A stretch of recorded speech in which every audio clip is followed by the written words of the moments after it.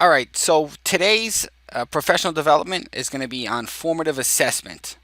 Okay, that's the topic for today. And this, I think when I was first teaching, I'd say about 10 years ago, the first professional development like I ever went to was this. This is what it was on, formative assessment. And I didn't even know what it was because my background was just as just in the science field, and then I transitioned into teaching.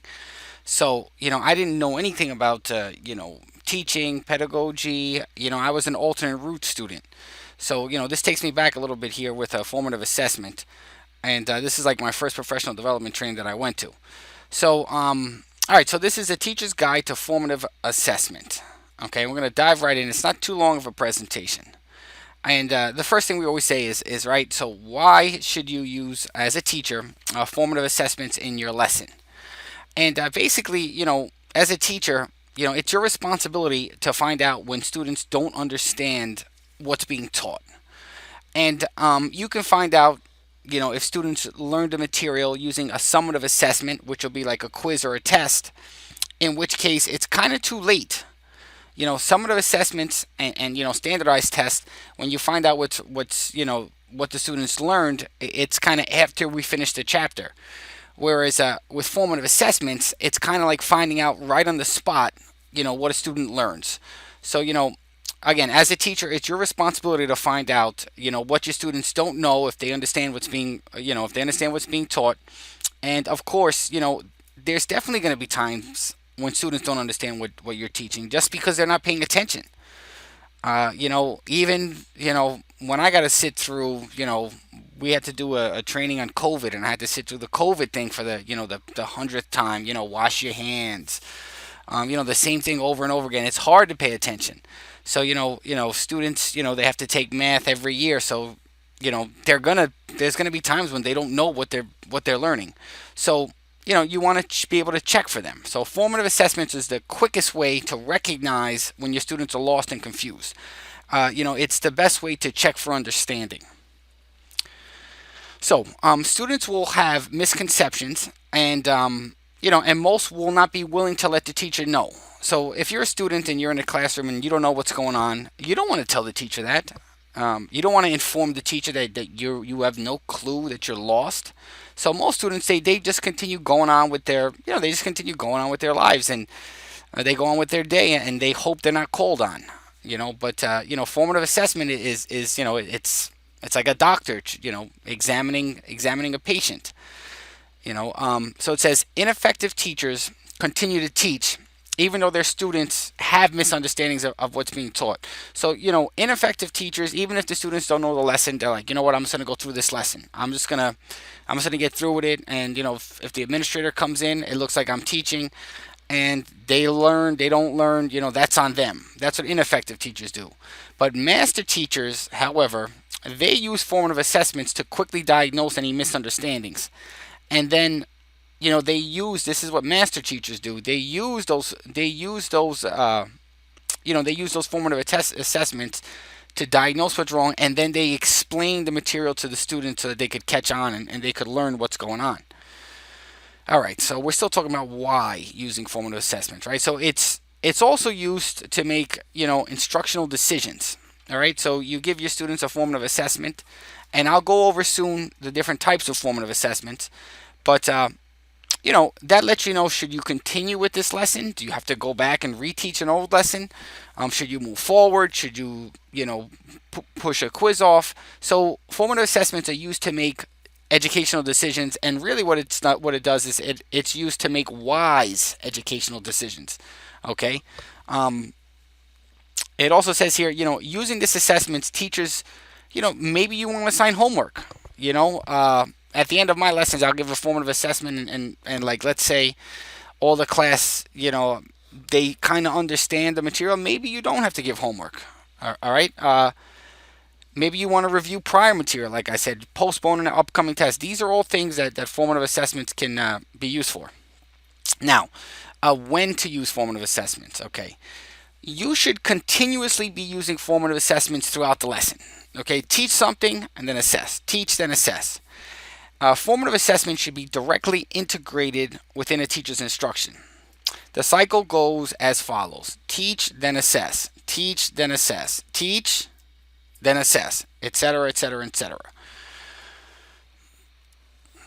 All right, formative assessments and grading. Formative assessments are not generally used for grading purposes. Okay, there's got to be a time where students are allowed to make a mistake. I mentioned earlier, most students don't like to admit that they don't know something. Therefore, make it comfortable by not grading this type of assessment. Kids got to be allowed to make mistakes. I've made many, many mistakes in my life. Many as a child and in younger grades and adolescence and things like that. And mistakes are a part of the learning process. That's what school was designed for too, right? To make mistakes and learn from things. So don't consider formative assessments must be graded.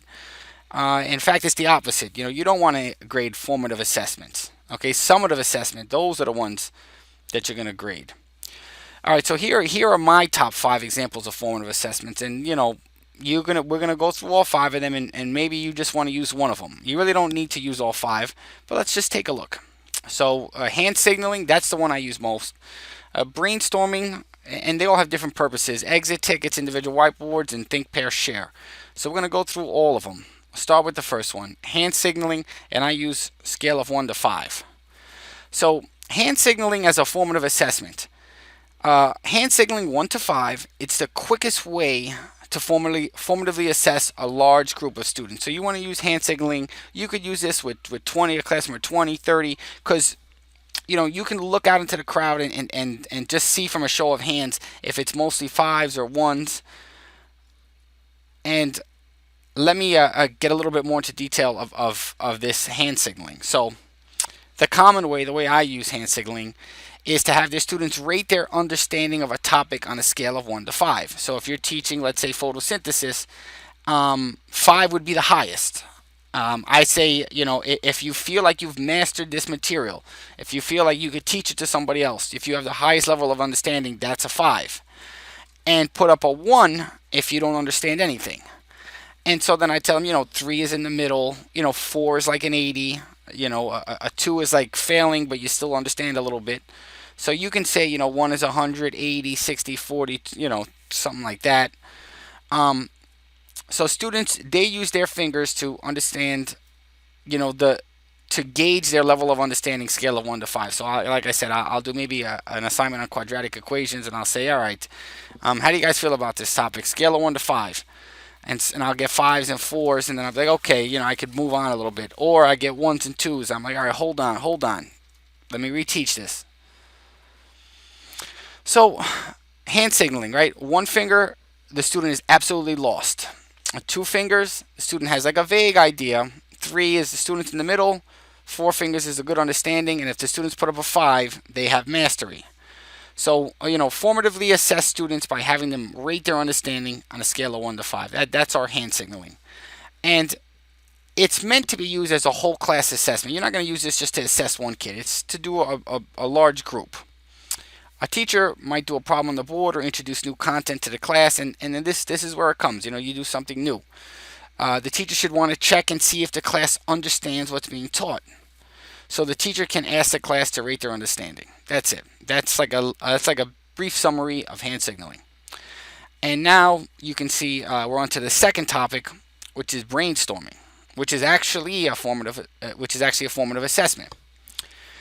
So brainstorming is used as kind of a diagnostic assessment. Diagnostic assessments are used before the lesson kind of starts. So teachers use brainstorming to get an idea of what the students may have already learned in the previous teacher's class. So for example, maybe you say, hey, what do you guys know about predator and prey? Predator and prey. Give me a predator prey example. And then you could have students brainstorm, eagle and mouse, and you'll get a bunch of different things. And I'll get to that in like the next slide. Brainstorming is also an engaging activity for students. When you brainstorm on the board and you write stuff on the whiteboard, they all get a little bit excited because they all want to partake, and they want to, if they know something, they want to share it. So, brainstorming can be engaging. Anytime you can do engagement, that's good. So here we go. Here's a teacher with a whiteboard. Brainstorming usually takes place before introducing a new topic. or idea. So brainstorming could lead to like some meaningful classroom discussions and exchange of ideas. It's like brainstorming is like open thinking. Everybody, there's no wrong answer with brainstorming. You just throw it out there. It's like throwing darts at a board. You just throw darts and you see what sticks. Here we go. Brainstorming. Believe something's missing here. We'll get to that. All right. So formative assessment, brainstorming. For example, let's say you want to assess what your students already know about atoms. You simply ask the students to describe what they already know about atoms. List on the board some of the things that the students said. So maybe they said protons, neutrons, matter, nucleus in the middle. They know it's related to physics. So you just list everything that they say, everything that they know. And in brainstorming, what's really great here is you're assessing what they already know, because you want to know what the students already know about atoms, and then you'll see they know, okay, it's made of protons and neutrons, but they're also learning as well, which is great if you could do both of them at the same time. If you're doing scale of 1 to 5, there's really not much learning going on. It's just really rating what they already know. All right, so here it popped up again. I just wanted to go back to it. So brainstorming. So like the example I gave, like what is a predator-prey relationship? And then you could have the students give you examples. There's a lion and a zebra, right? I spelled gauging wrong here. It's a great assessment for gauging a class's prior knowledge on a topic. So you want to know the prior knowledge. Okay, and now we're on to exit tickets.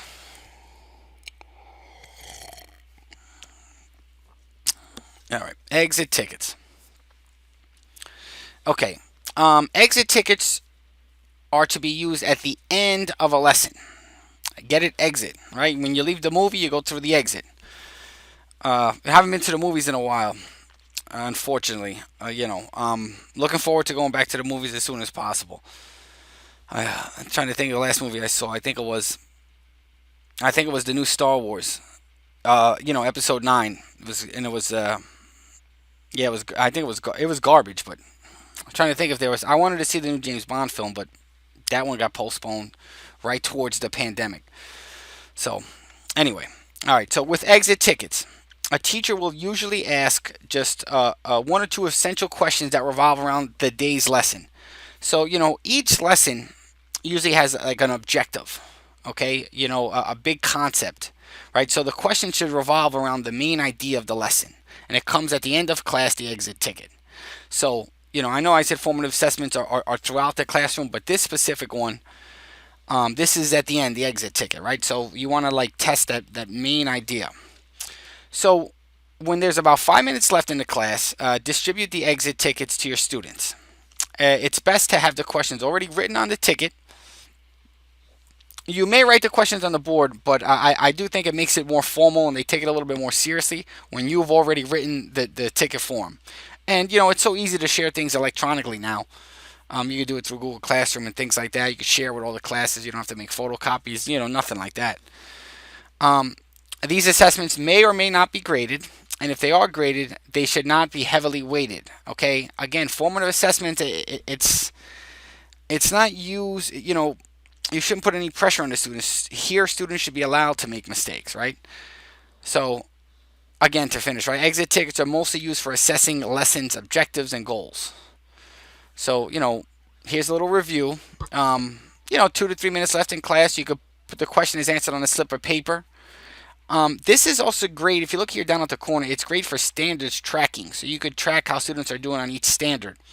Just do it if maybe give them a question right or wrong, or just, understood or not understood.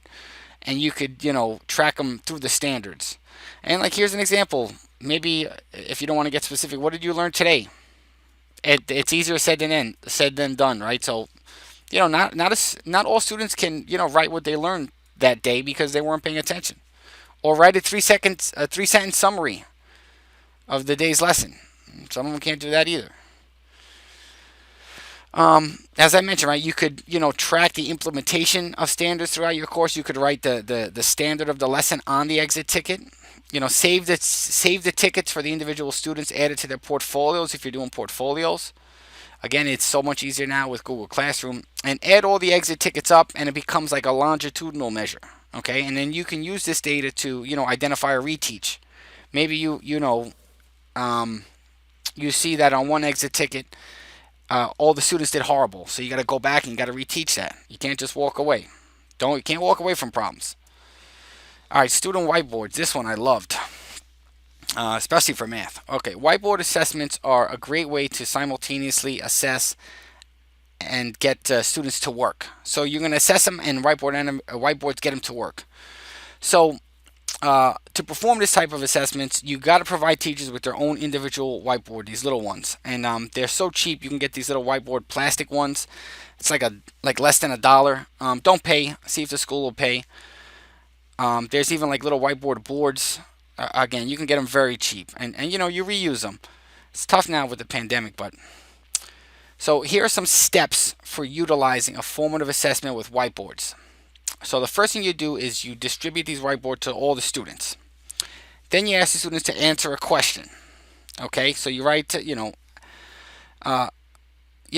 post a question like solve 3x plus 12 equals 27. Okay, have the students show their work on the board. So you put the question on the big board for the students, and then the students do all their work on the individual whiteboard, and then you evaluate each student's response. Okay, you can have them hold it up. Okay, so they hold this thing up, and if the student's incorrect, you could tell them, okay, you didn't use inverse operations here. You didn't do that part there. And, you can provide correction. So again, this is also, teaching. And the most important thing too is you make them try again and try again. It kind of instills like a growth mindset. Continue this process until the students get the questions right. So here we go. The best way to simultaneously assess and reteach is individual whiteboards. All right. So, it's funny because I think here it says, what is the square root of x equals 144? It shouldn't be positive. It should just be 12. And at the squared looks like it should be x squared equals 144. So that's missing 2 for some reason. Let me see if it pops up now. So I don't know why that didn't pop up, but anyway. All right, so to simultaneously reteach. So for example, here, distribute a whiteboard to each student, and then okay. So what is the square root of 144? And then don't forget it's positive and negative, so it's supposed to say x squared and say positive and negative, but it's actually recognized it's just positive. But forget all this. This is what it looks like though. So basically what she's doing is recorrecting this student on what he did. Whiteboards as formative assessments are especially useful in mathematics courses. Teachers are able to see the process that a student takes in order to solve a problem. And you can pinpoint exactly where the mistakes are. So here, take a look. X plus 2 equals 12. Plus 2, plus 2. And you can point out that that's wrong. That's the mistake. Okay? They shouldn't have that. It should be minus 2 to both sides. And then x equals 10. So you can pinpoint. Okay, think, pair, share. This is the last one. Okay, think, pair, share is a 3-part assessment that also qualifies as a classroom activity. So it's an assessment, but it's an activity as well because you got to get students working together. Anytime you can get group work, it's great. It's an excellent way to develop what they call soft skills, positive group dynamics, and collaborative learning for students. Okay, so you can kind of, you get a lot of positives for the students here. It can be used in almost any subject. Think, pair, share. It doesn't have to be math or reading. You use it anywhere. So think, pair, share. Think, pair, share. So it begins by giving the class a driving question. So you post a question on the board. Give the students time to individually think about that question before pairing them up. So think about what were the main causes of World War I? Okay, let them sit on it, let them percolate, let them think about it. This is before you pair them up. Then you group the students into pairs. Okay, so you put 2 students next to each other. You say, okay, you 2 guys or girls. Students are given, I want you guys to pair up, and I'm going to give you 3 to 5 minutes to discuss, debate, and compare your answers. So you want students to sort of, work off one another and talk about, discuss and debate And after debating, both students should come to a consensus on the correct response. Then, okay, you can call on the student. So now your student is called upon within the group. You can call on either one. One will answer for the both of them. And they have to share their thoughts on the question with the rest of the class. So it's like, okay, so why do you think World War One started? And he can say, oh, I can think because of economic and, or economic or whatever reason they can think of. And then if there's any problem, the teacher, you can verbally make corrections to the student's response, and the whole class can hear it. Again, this think, pair, share is kind of used as a formative assessment, but it's used as a formative assessment on the big idea, right? You want to use this on the big idea, kind of towards the end of class, because it's an activity as well. So this formative assessment, think, pair, share, is different than our scale of 1 to 5, our hand signal 1 to 5. So, here's just a little review of it. The assessment is also an excellent classroom activity as well, right? So think, post a question, give them appropriate wait time. Together, students discuss and compare their answers, and then they share. Okay, well, I think, well, this is what I think, and then the teacher can make corrections and things like that. Okay, some formative assessment tips for the road. Okay, we're coming to the end here. Okay, be positive in using your formative assessments. Never make a student feel embarrassed. Take into account what you have learned from formative assessments when planning the next day's lesson. Be sure to give students adequate time to fully process and respond. This is a big problem with teachers. They'll ask a question and then they'll give the students, I don't know, like 5 seconds. Like, oh, somebody else. No, let the student think for a second. Don't just quit on them. And follow up formative assessments with constructive feedback and next level questioning. So, if you ask, a lower level question, maybe just on remembering, then you want to say, okay, now ask a question, and think Bloom's taxonomy. Ask a question that maybe you want to apply knowledge. You want the student to apply knowledge or evaluate. Okay?